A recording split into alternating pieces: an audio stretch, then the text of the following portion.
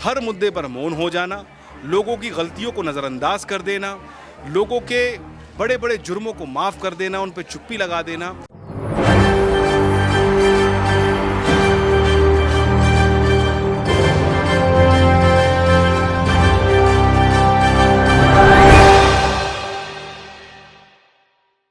कांग्रेस अल्पसंख्यक आयोग दिल्ली के प्रवक्ता है इमरान खान जी, उनसे और जानेंगे कि मणिपुर हिंसा और उस पर आगे कांग्रेस की रणनीति को लेकर कांग्रेस क्या तैयारी कर रही है और किस रूप में कांग्रेस इस बात को लेकर संसद से लेकर सड़क तक उठाएगी और इस पूरे आंदोलन की परिणति से मणिपुर के लिए न्याय निकलेगा या मात्र इसका भी ध्येय 2024 के लिए एक एजेंडा सेट करना रह जाएगा। इमरान जी, आपका बहुत स्वागत है नेक्स्ट टाइम। बहुत धन्यवाद आपका। मैं आपसे यही सवाल करना चाहूँगा कि गांधी की पोस्टर लगा है पीछे। आज हम उस दौर में रह रहे हैं जहां पर कांग्रेस और तमाम विपक्षी दल ये आरोप लगा रहे हैं कि देश दो धड़ों में बंट रहा है, गांधी और गोडसे की विचारधारा में। उस दौर में कांग्रेस किस तरीके से गांधी के संदेश को आगे लेकर जाएगी जब विपक्ष की आवाज़ उस रूप में जनता तक पहुँच भी नहीं पा रही? देखिए, पहली बात तो मैं बड़ी स्पष्ट कर दूं, आपने कहा गॉडसे का आपने जिक्र किया, तो हम वो लोग हैं जो गॉडसे के दौर में भी गांधी के साथ हैं।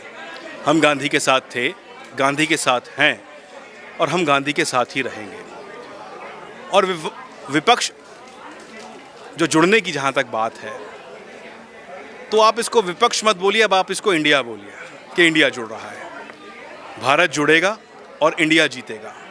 जिस प्रकार से तुष्टीकरण की राजनीति, जिस प्रकार से भेदभाव की राजनीति, जिस प्रकार से अमीर और गरीब की राजनीति की जा रही है और ये पिछले 9 साल से पल के कहें तो दशक भर से चल रहा है, उसके परिणाम स्वरूप जो आप मणिपुर की हिंसा देख रहे हैं, कहीं ना कहीं वो उसी का परिणाम है। हर मुद्दे पर मौन हो जाना, लोगों की गलतियों को नज़रअंदाज कर देना, लोगों के बड़े बड़े जुर्मों को माफ़ कर देना, उन पर चुप्पी लगा देना। मणिपुर की हिंसा जिसने समूचे विश्व के अंदर भारत को लज्जित किया है, अपमानित किया है। आप बात कर रहे हैं विश्व गुरु बनने की कि हम विश्व गुरु बन गए। हम विश्व के अंदर सर्वाधिक यदि किसी की बेइज्जती किसी देश की हुई है तो वो हमारे देश की हुई है। लेकिन इसमें इमरान जी, मैं आपसे सवाल यही करना चाहूँगा कि मणिपुर हिंसा का आपने जिक्र किया।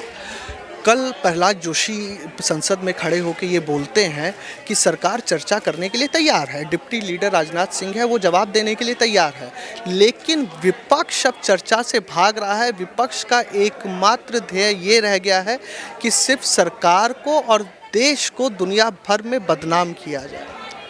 नहीं, देखिए, मैं यहाँ पे मणिपुर का जिक्र आपने किया था इसलिए मैंने उसके ऊपर टिप्पणी की।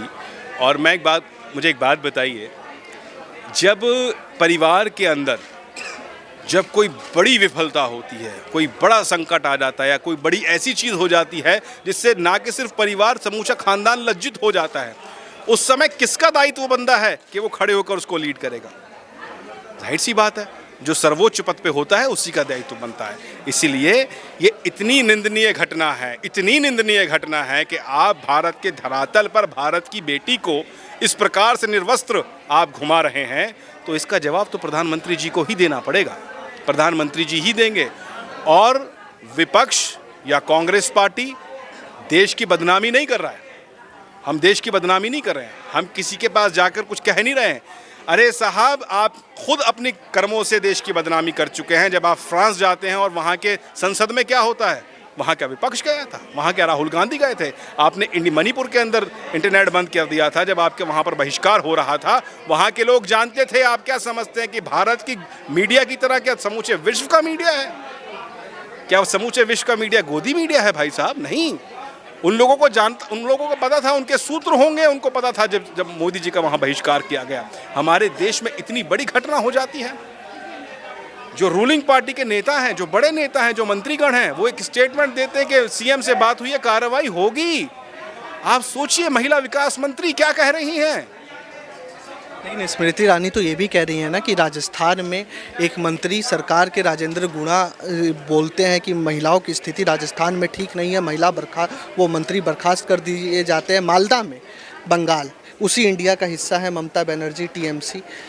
वहाँ पर आदिवासी महिलाओं को निर्वस्त्र कर कर हाथापाई की जाती है, मारपीट की जाती है। उस पर कांग्रेस जो सबसे बड़ा धड़ा है इस इंडिया का, वो मौन साधे हुए है, वहाँ पर विपक्ष बोलता नहीं है। सर बात सारी ये है, प्रधानमंत्री जी बोले, मणिपुर का नाम लेने से पहले राजस्थान और दूसरे राज्यों पर बोले। ये एक षड्यंत्र है, हम इसकी निंदा करते हैं, सख्त शब्दों में हम इसकी निंदा करते हैं। जहां पर भी महिलाओं के साथ ऐसा हुआ, कांग्रेस पार्टी ऐसे अराजक तत्वों की निंदा करती है और हम ऐसे लोगों की निंदा करते रहेंगे। और जहां जहां हमारी सरकारें होंगी वहां पर हम किसी की भी ऐसे तत्व को सर उठाने नहीं देंगे, पहली बात। दूसरी बात, मुझे इसमें से एक षड्यंत्र सा दिख रहा है कि इस इतने बड़े मुद्दे को छुपाने के लिए कहीं ये षड्यंत्र तो नहीं जो मणिपुर में हुआ उसके जैसा ही कहीं और कराया गया, कि उस मुद्दे को छुपाने के लिए जो ट्रोल आर्मी है, ये जो तथाकथित संगठन है, कहीं ऐसा तो नहीं कि इसमें भी कोई षड्यंत्र है और इनको वो किया जा रहा है ताकि लोगों को मुद्दे से भटकाया जाए।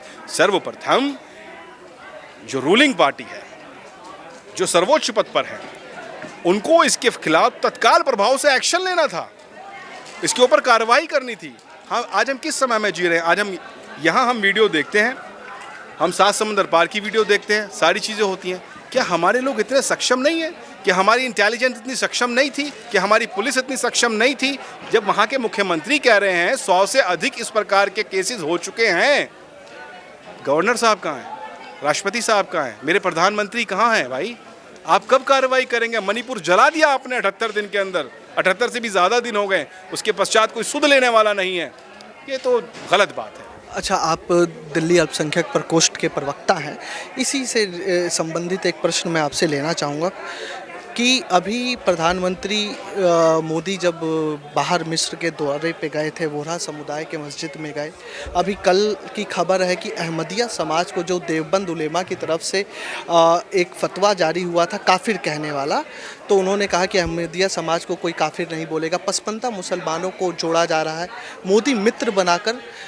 टारगेट है कि कम से कम हर विधानसभा में, लोकसभा चुनाव से पहले हर विधानसभा से 5000 मुस्लिम समुदाय के वोट बीजेपी के पक्ष में पड़े, इसके लिए मोदी मित्र बनाए जा रहे हैं। इस सब जमीनी रणनीति से आप अल्पसंख्यक प्रकोष्ठ से आते, कैसे कांग्रेस तैयार है इमरान प्रतापगढ़ी के नेतृत्व में?